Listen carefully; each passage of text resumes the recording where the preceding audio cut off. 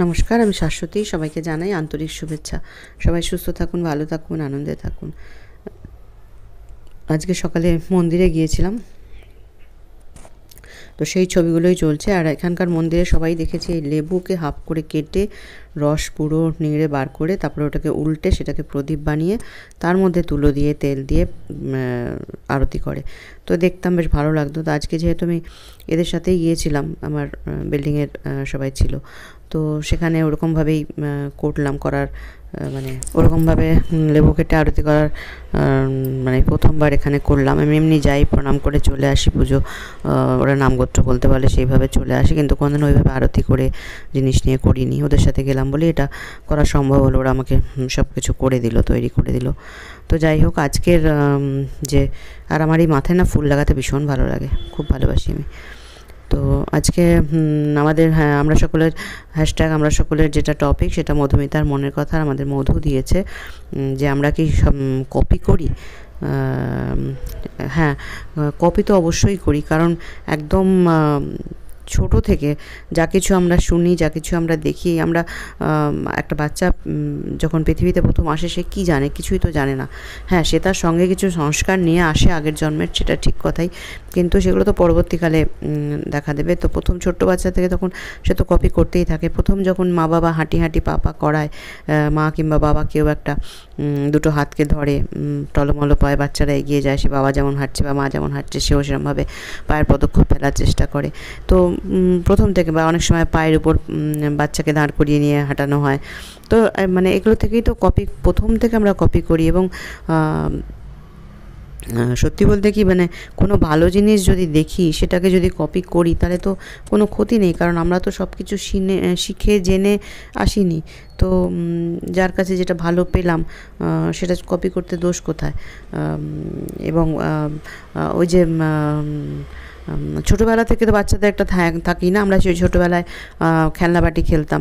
তার মানে কি, মাকে দেখেছি রান্না করতে, তা আমরাও সেই রান্না করছি। মাকে দেখেছি বাচ্চাদেরকে মানুষ করার একটা মানে প্রবণতা ছোটো থেকে বাচ্চাদের মধ্যে দেখা দেয়, মেয়েদের মধ্যে দেখা দেয়, কারণ তারা ওই পুতুল খেলে, পুতুলকে সাজায়, পুতুলকে ঘুম পাড়ায়, পুতুলকে খাওয়ায়। মানে মাকে যেমন দেখে তাদেরকে করতে, সেরকমভাবে তারাও করে। তো ছেলেরাও নিশ্চয়ই বাবাদের করে, কিছু ফলো করে। তো সেই রকমই বলছি, মানে ছোট থেকে বাচ্চা কপি করবে, এবং সেই জন্য মা বাবাকে খুব সাবধানে থাকতে হয় যে আমি কার সাথে কী কথা বলছি। যে বাচ্চাটি যদি দেখে যে কোনো একটা জিনিস হয়তো ঘরে হয়েছে, সেটা জানলো সে, কিন্তু দেখলো যে মা উল্টো কথা বলছে, মা বলছে না এটা হয়নি বা না এটা নেই, কিছু একটা বলছে, তাহলে আমি বুঝলো যে মা মিথ্যে কথা বলছে। অতএব সেই মিথ্যে কথাটা কিন্তু সে কপি করে নেবে। অতএব মাকে বাবাকে প্রথম তো মানে মা বাবাকে দেখেই কপি করা, তারপরে তো আরও যদি মা চাকরি করতে যায়, যাদের কাছে থাকে তাদের কিছু জিনিস তারা কপি করে ফেলে, এগুলো তো হয়ই। আর মা বাবাকে ভীষণ সাবধানে কথা বলতে হয়, ভীষণ সাবধানে কার্যকারিতা করতে হয়। তবে এখনকার দিনে যেগুলো দেখছি, যা মানে ইউটিউবে, আগে তো এত দেখা যেত না, কারণ এখন ইউটিউবে সব কিছু দেখা যাচ্ছে। আগে তো শুধু নিজের সারাউন্ডিংসটাই দেখতে পেতাম, এখন তো সারা দুনিয়াটা দেখা যাচ্ছে। তো চারিদিকে নানা রকম দেখছি, তাই ভাবি যে যারা বলছে এ ধরনের কথাবার্তা, তাদের ঘরেও তো বাচ্চা কাচ্চা ফ্যামিলি রয়েছে। তো বাচ্চা কাচ্চারা কী দেখছে, কি শুনছে, কারণ তারাও তো নিশ্চয়ই এগুলো একটু বড় হয়ে, এখন তো বাচ্চাদের হাতে মোবাইল থাকে, এগুলো তারাও দেখতে পাচ্ছে, শুনতে পাচ্ছে, কী ধরনের কথা বলছে, কী ধরনের মুখভঙ্গি করছে, কী ধরনের ওয়ার্ড ইউজ করছে, ল্যাঙ্গুয়েজ ইউজ করছে, এগুলো সবই তারা দেখতে পাচ্ছে। তো সুতরাং কপি করি না বলা ভুল, কপি অবশ্যই করি, কিন্তু কোনো খারাপ জিনিস যেন মানে যারা ভালো কিছু করছে তাকে যদি সেটা মানে বড় বড় মহাত্মা যারা রয়েছেন তাদেরকে আমরা অনুসরণ করতে পারি, কিন্তু খুব একটা মানে কারোরই খুব যার যেটা ভালো জিনিস সেটাকে আমি নিতে পারি, কপি করতেই পারি, কিন্তু একদম অনুকরণ করলে কিন্তু নিজস্বতা হারিয়ে যায়। তাই সবাইকারই একটা নিজস্ব একটা পার্সোনালিটি তো থাকেই। তো সেটাকে বজায় রেখে যে ভালো জিনিস যা যা আছে সেগুলোকে নিতে পারলে কখনো মানে তার মধ্যে কোনো ক্ষতি আছে বলে তো আমার মনে হয় না। তো এখন যে জিনিসটা, যে ট্রেন্ড চলছে ইউটিউব দেখে যেটুকু বুঝছি, সেখানে যে কি সাংঘাতিকভাবে কপি হয়ে যাচ্ছে বাচ্চাদের মধ্যে এইসব জিনিসগুলো, ভাবতেই গা শিউরে ওঠে। তো আর কদিন আগের একটা ঘটনা তো আমাদের সবাইকেই ভীষণভাবে মানে নাড়িয়ে দিয়ে গেছে, যেটা ভোলার নয়, যেটা ভোলা যায় না, যেটা ভোলা যায় না মানে এই ধরনের ঘটনা বোধহয় আমি শুনেছি বলেই মনে পড়ছে না। অনেক রকম প্রতিহিংসা, অনেক রকম অনেক কিছু আছে, কিন্তু এইরকম প্রতিহিংসা কী করে একটা মানুষের মধ্যে থাকতে পারে জানি না। সেও কি কাউকে কপি করলো নাকি তাও জানি না, তবে এ ধরনের কপি তো একদমই উচিত নয়। আর কালকে আরেকটা টপিক ছিল, সেটাও আমি মিস করে গেছি, সেটা ছিল সুখ না শান্তি। আমার মনে হয় যে শান্তিটা বড় কথা, সুখ তো ক্ষণিকের। সুখ, আজকে আমার অনেক টাকা আছে, আমি সুখ করতে পারি, আজকে আমি বিদেশ ঘুরছি, আজকে আমি নানা রকম জিনিস কিনছি, এসব দিয়ে সুখ হয়, কিন্তু বাট সেগুলো হচ্ছে মানে শান্তি পাওয়া যায় কতটা আমি জানি না। যেটা ওই নায়ক সিনেমাটার মধ্যে উত্তম কুমারের শেষ মুহূর্তে গিয়ে দেখিয়েছিল যে টাকার ইয়েতে ডুবে যাচ্ছে, হাত তুলে বলছে বাঁচাও বাঁচাও, তার মানে এইগুলো দিয়ে কিন্তু সুখ হয় না, মানে সুখ হয়, শান্তি হয় না। শান্তি তিনটে জিনিসেই হতে পারে, মানে একটা হচ্ছে যে আমি কাউকে, আমার মন পিসফুল কখন থাকবে, যদি আমার মনের মধ্যে সবসময় থাকে, ধর আমি তো অনেক লোকের সাথেই মানুষের মিশতে হয়, মনের মধ্যে একটা অশান্তি চলতেই থাকবে। তাই আমার মনে হয় সেইগুলোকে না রেখে, কেউ খারাপ নয়, যে যেটা করছে সেটা তার সংস্কার অনুযায়ী করছে, সে তার কাছে কিন্তু সে ঠিক, আমার কাছে আমি ঠিক, তাহলে কে বলবে যে কে ঠিক কে ভুল, এটা তো বলা যায় না। তাই আমাকে কখনোই এটা বলতে পারবো না যে ও ভুল করছে, ও ভালো না, ও করছে না। ও আর সংস্কার অনুযায়ী কাজ করছে, আমি আমার সংস্কার অনুযায়ী কাজ করছি, ও আমার থেকে আলাদা, এটা আমি ভাবতে পারি। হ্যাঁ, তার মানে কি আমি তাকে কোনো ভালো কথা বলবো না, কোনো কিছু বলবো না? নিশ্চয়ই বলবো, কিন্তু আমি যদি সবসময় তার সম্বন্ধে ভাবতে থাকি ও খারাপ, তাহলে আমার ভালো কথাটাও তার কাছে পৌঁছাবে না, কারণ আমি তো তার আগেই তার কাছ থেকে নেগেটিভ, তার সম্বন্ধে নেগেটিভ জিনিসটা আমার মনের মধ্যে পোষণ করছি। তাই তাকে অ্যাকসেপ্ট করে নিতে হবে। অ্যাকসেপ্ট করা মানে এই নয় যে তার অন্যায়গুলো আমি অ্যাকসেপ্ট করছি, তা নয়, সে যেমন সেটা থাক, তাই নিয়ে আমার মনের মধ্যে কোনো রকম খিটখিটি খিচমিচি বা খারাপ লাগা এটা চলবে না। কিন্তু আমি যেটা ঠিক বুঝি সেই রায়টা আমি তাকে দিতেই পারি, এবং সে তখন নিশ্চয়ই নেবে।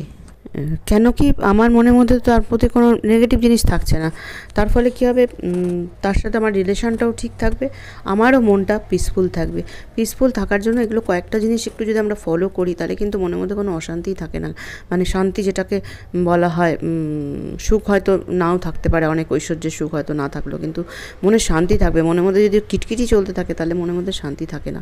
আরেকটা জিনিস হচ্ছে কম্প্যারিজন। সবসময় যদি অন্যের সাথে আমি কম্পেয়ার করি, ওর এটা আছে, ও এরকম, ও সেরকম, আমার এটা নেই, আমার এটা কম আছে, বা আমি এরকম নই, বা সেটা চেহারার দিক দিয়ে হতে পারে, টাকা পয়সার দিক দিয়ে হতে পারে, ফ্যাশন মোশনের দিক দিয়ে হতে পারে, অনেক কিছু দিক দিয়ে কম্পেয়ার করা যায়, কিন্তু সেই কম্প্যারিজনটা ভীষণই খারাপ। তাতে মনের মধ্যে ভীষণ প্রবলেম এসে যায়, এবং সে যেমন গাড়ি যদি মানে একজনের সাথে আরেকজন মানে রেষারেষি করতে থাকে যে ওর গাড়ি আগে যাচ্ছে, আমি ওর টপকাবো, হয়তো ওর গাড়ির যা মানে মডেল, তাতে সে অনেকটা জোরে চলতে পারে, আমার গাড়ি মডেল সেরকম নয়, কিন্তু আমি তাকে টপকাতে চাইছি, তার ফলে আমার মানে কোনো দিকে আর মন থাকবে না। মানে আমি আমার ফ্যামিলি হয়তো সিটের পেছনে বসে রয়েছে, তাদের সাথেও কথা বলতে ভালো লাগবে না, আমি তখন টপকাওয়ার চেষ্টা করবো, হয়তো টপকাতে পারছি না। ঠিক জীবনেও তাই, ওই কম্পেয়ার করতে গেলে, তুলনা করতে গেলে, আমি ওর আগে যেতে চাইবো, প্রতিযোগিতা করতে গেলে, তাহলে কিন্তু মনের মধ্যে অশান্তিই থাকে, সংসারে আর কোনো ভালো জিনিস চোখে পড়ে না, বা সংসারে কারোর সাথে কথা বলতে, গল্প করতে ভালো লাগে না, কারণ সবসময় মনের মধ্যে তখন চলে কী করে আমি টপকাবো, কী করে আমি টপকাবো। এরকম ছোটোখাটো কিছু কিছু জিনিস রয়েছে, যেগুলো যদি আমরা মানে ফলো করি, মেনটেন করি, সেইভাবে যদি আমাদের মনকে ট্রেন্ড করি, তাহলে কিন্তু কখনোই মনের মধ্যে অশান্তি, খিচখিচি জিনিসটা আসে না। এবং একটা সংসারের মধ্যেও দুজন মানুষ, স্বামী স্ত্রী হোক, ছেলে মেয়ে হোক, কারোরই মানসিকতা একরকম তো হতে পারে না, কারণ প্রত্যেকে আলাদা আলাদা একটা সংস্কার আছেই। তো তবুও সেখানে আমি যদি সবসময় মনে করি যে ও এটা ভালো না, ও এটা এরকম করছে, তাহলে আমার মনের মধ্যে কিন্তু প্রবলেম থেকে যাবে। অতএব তার খারাপ যেটা আমার সাথে মিলছে না, সেটাকে অ্যাকসেপ্ট করে নেওয়া। অ্যাকসেপ্ট করে নেওয়া মানে এই নয় যে আমি তার খারাপ জিনিসটাকে মেনে নিচ্ছি, আমি কি করছি না সেটা নিয়ে আমার মনের মধ্যে উচ্চাটন হতে দেবো না, আমার মনকে তিরিক্ষি হতে দেবো না, এটা হচ্ছে অ্যাকসেপ্ট করে নেওয়া। কিন্তু আমার যেটা ঠিকঠাক রায় বলে মনে হচ্ছে, সেটা আমি তাকে সবসময় বলবো। এবার যদি আমার মনের মধ্যে ওরকম না চলে, তাহলে অবশ্যই সে আমার রায়টা নেবে, আজকে না নিলেও কালকে নেবে। কারণ এই যতক্ষণ আমি মনের মধ্যে পজিটিভিটি রাখতে পারবো, তাহলে কিন্তু আস্তে আস্তে সম্পর্কগুলো ঠিক থাকে, রিলেশানগুলো ঠিক থাকে। এখনকার দিনে এত রিলেশান সবার সাথে সবার খারাপ হয়ে যাচ্ছে, নিজেদের ভাই বোনের মধ্যেই সম্পর্ক ঠিক থাকছে না। মানে মা বাবার পরে তো ভাই বোনের এটাই আসল। তো সেখানেই দেখা যাচ্ছে যে সম্পত্তি অনেক কিছু নিয়ে, মানে এত টাকা পয়সা সব কিছু নিয়ে একটা মানে কীরকম যেন রেষারেষি চলে আসছে। এইগুলো সব কিছুই কিন্তু আমরা কন্ট্রোল করতে পারি, এগুলো কোনোটাই আমাদের আউট অফ কন্ট্রোল নয়। হয়তো নেচারের যে সমস্ত জিনিসগুলো হচ্ছে ন্যাচারাল ক্যালামিটি, সেগুলো আমার কন্ট্রোলে নয়, কিন্তু আমার মন তো আমার কন্ট্রোলে। তো সেই জায়গাটাকে যদি আমি ঠিক করি, তাহলে কিন্তু সুখ না থাকলেও শান্তি থাকবে। তাই আমার মনে হয় যে সুখের থেকে, ওই বলে না সুখের থেকে স্বস্তি ভালো, আমারও ঠিক তাই মনে হয়। যে অনেক বড় বাড়ি গাড়ি অনেক কিছু রইলো, কিন্তু ভেতরে অনেক মানে বাড়িটা খুব সুন্দর করে সাজানো, কিন্তু ভেতরে মানুষগুলোর মধ্যে কোনো মিল নেই, মিশ নেই, কোনো রকম আন্ডারস্ট্যান্ডিং নেই, কোনো রকম মনের টান নেই, চলছে সমঝোতার উপর দিয়ে চলছে একটা সংসার। বাইরে থেকে হয়তো দেখা যায় না, বাইরে থেকে দেখা যাচ্ছে স্বামী স্ত্রী ছেলে মেয়ে, কিন্তু অনেক বড় বাড়ি গাড়ি সব কিছুই আছে, কিন্তু ভেতরে টা ফাঁপা। তো সেইগুলোর মধ্যে খুব একটা শান্তি আছে বলে আমার মনে হয় না। যার জন্য আমার মনে হয় যে সেই বলে না কী বলে ওটাকে, নির ছোট ক্ষতি নেই আকাশ তো বড়। মানে ওই মনটা যদি আকাশের মতন বড় হয়, মনের মধ্যে যদি ভালোবাসা থাকে না, তাহলে কিন্তু, এবং আরেকটা জিনিস যেটা খুব দরকার, সেটা হচ্ছে শারীরিক সুস্থতা। এইগুলো হচ্ছে শান্তির ভীষণ ভীষণ সবথেকে বড় উপায়।